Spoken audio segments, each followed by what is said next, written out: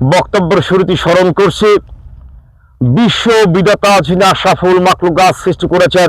আজকে পটুয়াখালী জেলার গলাচিপা উপজেলার চরকাজল ইউনিয়নের পাঙ্গাশিয়া চরে দাঁড়িয়ে অসহায় গরিব কৃষকের অবস্থান নিয়ে আজকে আমি ভিডিওটা করতেছি। আজকের এই প্রেক্ষাপটে এই পাঙ্গাশিয়া চর এসের একাডিয়া সম্পদ পরিষদের বিজ্ঞ সেকেন্ড জয়েন্ট ডিস্ট্রিক্ট জাজ কোর্টের রায় ডিগ্রিপ্রাপ্ত সম্পত্তি।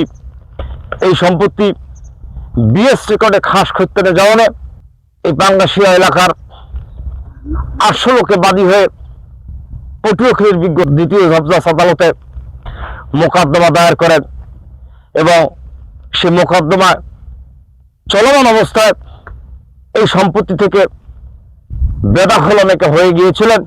পরবর্তীতে ছোটকাজল মৌজার পাঙ্গাশিয়া এলাকার লোকজন বাদী হয়ে মহামান্য সুপ্রিম কোর্টের হাইকোর্ট ডিভিশনে রিট পিটিশন দায়ের করায় মহামান্য হাইকোর্ট ডিভিশন এসের রেকর্ডীয় সম্পত্তি এবং বিজ্ঞ সাব জজ আদালতের রায় ডিগ্রিকৃত সম্পত্তি মালিকদের অনুকূলে মাপতে দেওয়ার জন্য নির্দেশ করেছেন এবং ভূমি সংশ্লিষ্ট কর্তৃপক্ষরা এই সম্পত্তি মালিকদের দখলও দিয়েছেন। কিন্তু এই মালিক কর্তৃপক্ষের বক্তব্য হয়েছেন এই পাঙ্গাশিয়া সম্পত্তি মহামান্য হাইকোর্ট ডিভিশনের অর্ডারের অন্তর্ভুক্ত এবং বিজ্ঞ জয়েন্ট ডিস্ট্রিক্ট জজের রায় ও ডিগ্রিকৃত অন্তর্ভুক্ত সম্পত্তিরও 40 একর সম্পত্তি বিবিধ লোকে দখল করে গেছেন। যে সম্পত্তির জন্য তারা সংশ্লিষ্ট কর্তৃপক্ষকে বারবার বিনয় করেছেন এবং আজকে সেই কৃষকদের আর্থসামাজিক অবস্থান দেখার জন্য আমি পাঙ্গাশিয়া চরে আজকে অবস্থান করে কৃষকদের সম্মুখে আমি দাঁড়িয়ে ভিডিও করছি। আমি একজন এই অঞ্চলের সমাজ প্রতিনিধিকে জিজ্ঞাসা করছি, আপনার কাছে আমার বক্তব্যটা হলেন যে পাঙ্গাশিয়া সম্পত্তি নিয়ে কৃষকদের কি অবস্থা এবং আপনার কি বক্তব্যটা সংশ্লিষ্ট কর্তৃপক্ষ কাছে বলতে পারেন।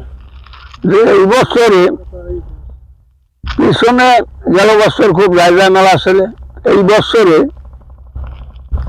1 বিঘে 18 দিন ভরাজির ওসিলায় এই বছরে উনি এই চর নিমন্ত্রণে আনছে।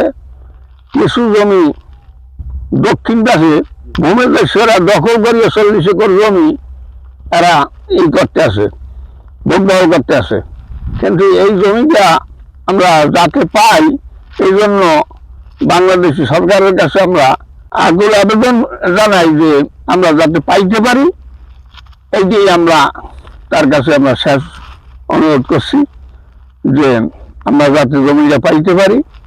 সামনের দিকে এখন যে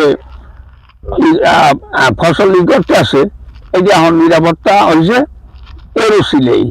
ধন্যবাদ আপনাকে, আপনি গুরুত্বপূর্ণ বক্তব্য দিয়েছেন।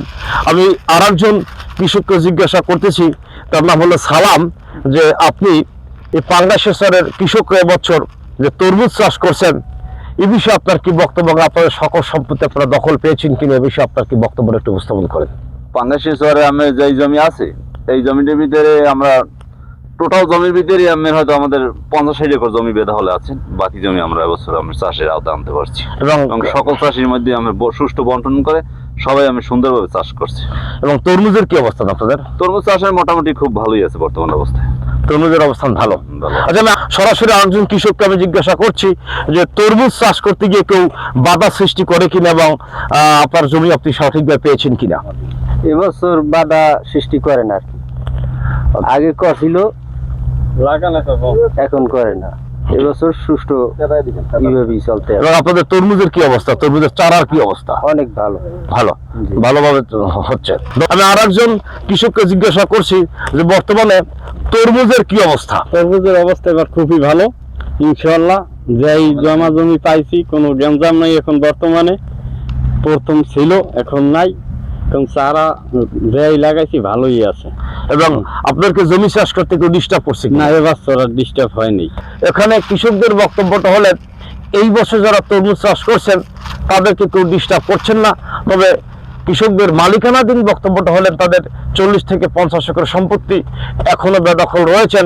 যে মহামান্য হাইকোর্ট ডিভিশনের আদেশ অনুযায়ী যে সম্পত্তিটা বেদখল রয়েছেন, সংশ্লিষ্ট কর্তৃপক্ষ যেন হাইকোর্টের অর্ডারের প্রতি শ্রদ্ধা জ্ঞাপন করে এই সম্পত্তি পুনরায় আবার কৃষকদের কাছে বন্টন করতে পারেন, যেহেতু এসি রেকর্ডীয় সম্পত্তি এবং রায় ডিক্রিকৃত সম্পত্তি বর্তমানেও বিএস রেকর্ডের এগেনস্টে পটুয়াখালীর বিজ্ঞ জয়েন্ট ডিস্ট্রিক্ট জাজ করে দেওয়ানি মোকদ্দমা পেন্ডিং থাকা অবস্থায় তাদেরকে কেউ দখলচ্যুত করতে পারেন না, এই মর্মে কিন্তু তারা বিভিন্ন ধরনের বক্তব্য উপস্থাপনা করছেন। আমাদের সংশ্লিষ্ট কর্তৃপক্ষের কাছে বক্তব্যটা হলেন, আপনারা পেপারস অনুযায়ী এবং হাইকোর্টের নির্দেশ অনুযায়ী আগামী দিনে সকল সম্পত্তি সুষমভাবে বন্টন করে কৃষকদের কাছে দেবেন, এই উদ্যোগটা আহ্বান করে আমি আমার সংক্ষিপ্ত বক্তব্য শেষ করছি। ধন্যবাদ আপনার সকলকে। সুস্থ থাকবেন, ভালো থাকবেন।